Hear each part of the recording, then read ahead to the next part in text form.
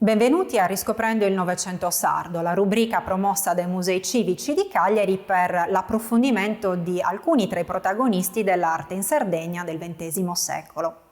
Oggi parleremo di Giovanni Nonnis, un artista nuorese nato nel 1929 che si avvicinò all'arte nel 1945 quando si iscrisse all'Istituto d'Arte di Sassari, dove si diplomò nel 1951. Da questa data in poi decise di continuare la sua formazione artistica viaggiando in Italia e all'estero.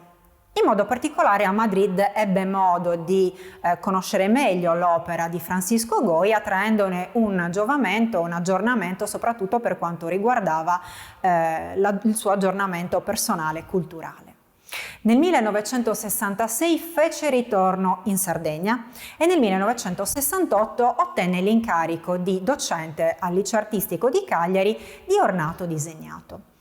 Contemporaneamente Nonnis continuò ad esporre sia a Cagliari che a Nuoro, ma anche nel resto d'Italia, presso gallerie private, e la sua produzione lo vedeva fortemente in contatto e inserito in quel vivacissimo ambiente culturale sardo.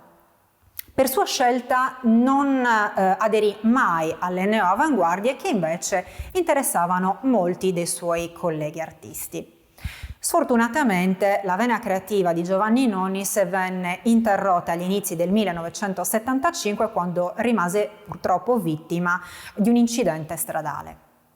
Il linguaggio artistico di Giovanni Nonnis inizialmente è orientato verso una forma di realismo, inizialmente di stampo espressionista e successivamente di stampo impressionista. Lo attiravano tantissimo i paesaggi, in modo particolare le vedute, gli scorci di strade di paese, i ritratti, scene religiose. Successivamente le figurette sono state, sintetizzate e anche i colori vennero dati più per velature. Tra le tematiche predilette di Giovanni Nonnis troviamo le bellissime crocifissioni di epoca giovanile, con quelle ambientazioni anticlassiche gradualmente negate e sostituite dal fondo d'oro. Oppure ancora i cavalli, che sono assolutamente simbolo di libertà e di istinto naturale, per poi approdare in epoca matura i cosiddetti guerrieri, di cui qui abbiamo un esempio di proprietà dei Musei Civici di Cagliari e datato 1970. Giovanni Nonnis era particolarmente interessato alla storia e alla preistoria della Sardegna. Da un punto di vista estetico considerava i bronzetti sardi come quanto di più elevato gli artisti locali seppero fare nell'arco di tutti questi secoli. Ed è proprio ai guerrieri bronzetti nuragici che è interessata l'ultima parte della produzione del maestro Nonnis.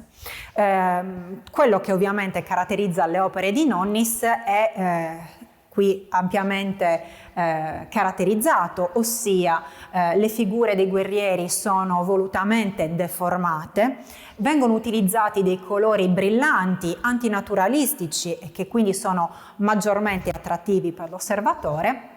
E poi ancora notiamo un'altra cosa, la particolarità della tecnica utilizzata dall'artista. È una tecnica che Giovanni Nonnis ha inventato durante gli anni di insegnamento al liceo artistico.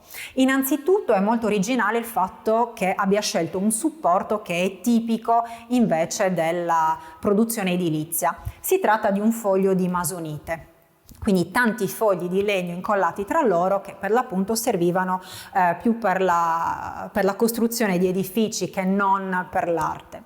E poi un altro materiale che utilizza Nonnis è il polistirolo, che viene impiegato dall'artista come matrice.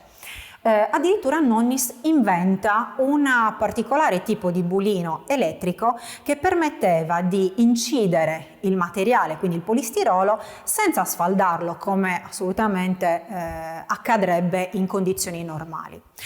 A basso rilievo riusciva ad incidere le figure, per esempio dei guerrieri, e poi successivamente queste matrici, come avviene d'altronde per tutte le stampe, venivano coperte con il colore e in un secondo momento venivano impressionate, per l'appunto venivano accostate al supporto lasciando l'impronta desiderata.